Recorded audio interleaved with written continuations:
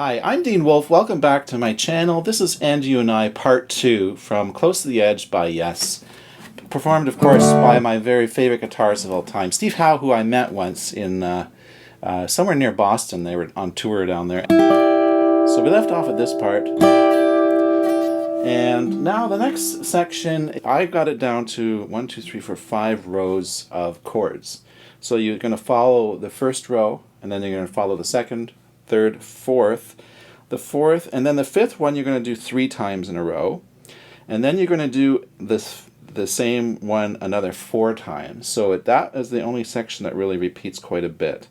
So let's look at that first. It's basically chords. There might be 1 or 2 weird chords in there, but it starts off D, then G, then F, then G. And that is a very dissonant chord, but it's you just drop your G to an F sharp there. You don't have to even hit the rest of the chord, just to emphasize that note. So, in other words, D, G, F, G, and then F, the proper chord, and then C. Okay, so that's 1 row. Just copy them down for your own records, of course. Now here's row number 2. A, D, C, D, C, G. And now we're going to the 3rd row, and as you notice, it kind of transitions between keys. And now we're on E major. And then this kind of weird G over a D or D over a G. And I'll put the pattern for that chord in there. That's the only kind of weirder one here, but it's a nice chord. It sounds so great. And then you got C sharp minor, C sharp minor, and then C major, natural, and then G, and then D, and then we're going to the 4th row. So again, it's another change. The first section started. The first row started in a D. The second row started in an A.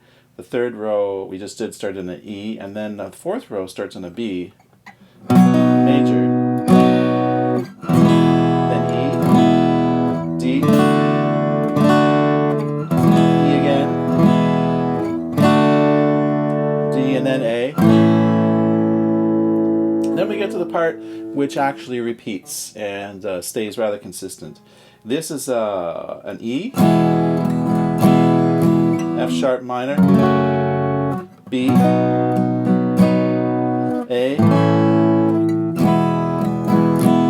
and it does that 3 times before they're singing.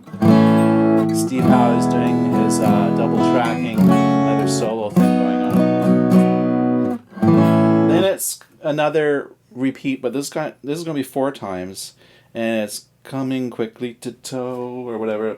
I don't know the lyrics exactly, sorry. Coming, so it's the same chords.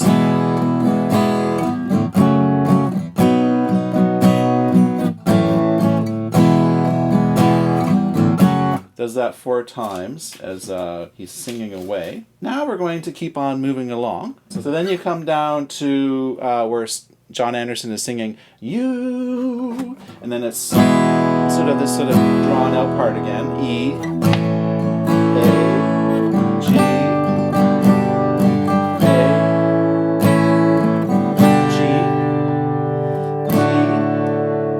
B, then A,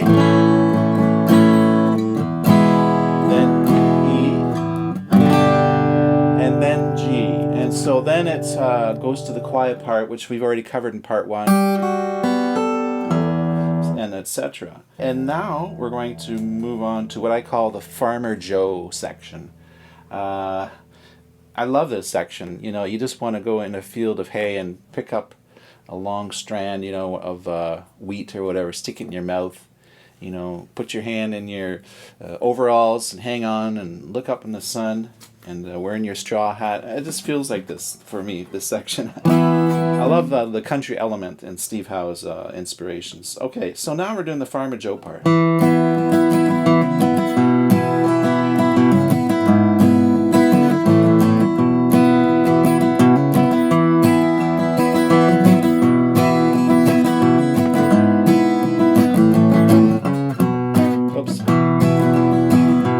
it there. Just be honest. See, even the teacher screws up.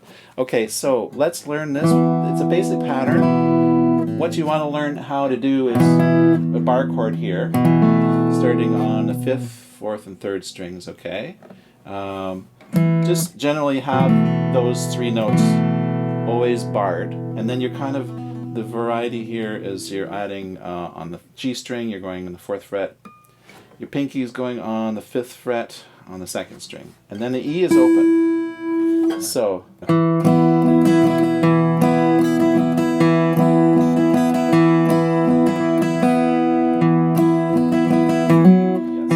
these stay glued to the keyboard right here, okay? Your 3rd and 4th stringer. This one, hopefully you're able to do that. If you're a newbie, it might be harder, but basically you're going on the D string from here to here. It's the 4th string. 2nd to 4th fret. At the same time as holding these here. So it's sort of like a chord there, you see. But you still want to keep your bar chord sort of rooted here.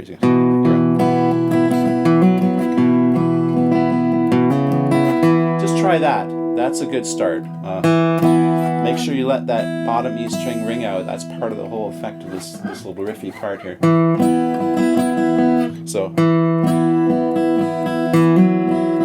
it's kind of a hammering on. So you're going.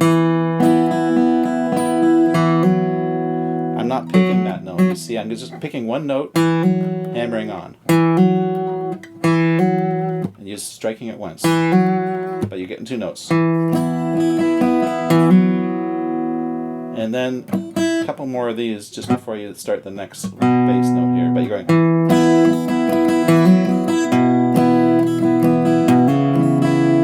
Just try those in a row.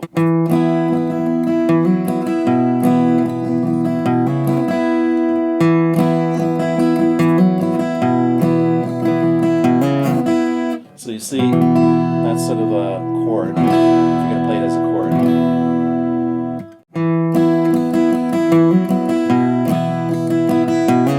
Now this is using a lot of strength. I can even feel it right here in my arms. I've been getting weak-armed because I've been playing a lot of nylon string. It doesn't require as much strength. Steel string is going to require a little bit of muscles there going on. Now you're ready for the next note, which is right here. G sharp. That's the 4th fret on the bottom string there, 6th string. So you're still holding all of this. See, that's the actual chord as a whole. So and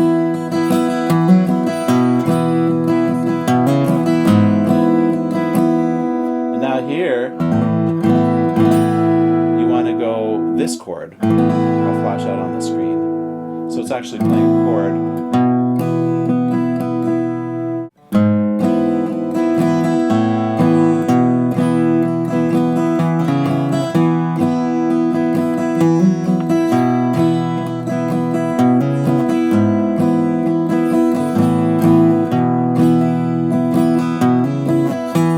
And some alternatives in there is you can go,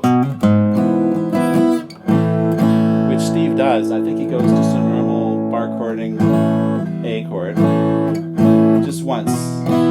So for variety, that's the other thing you can do. You go hit your lower string.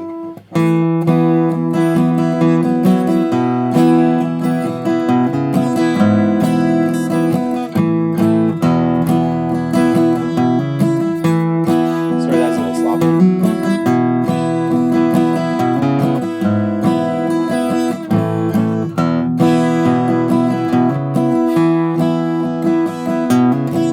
Now here is when it's a variation. You go down,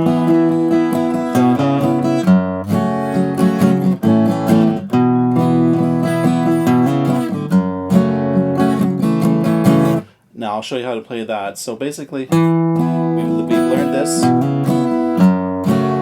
That's a sharp minor, okay? And a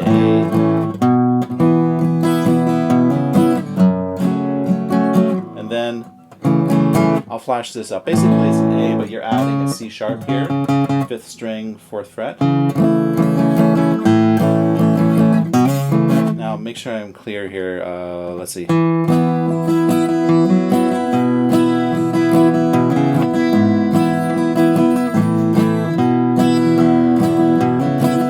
be no need to envy. That's when you go to the F sharp minor, and then the A, and then do that again, and then you do the A with the additional C sharp added.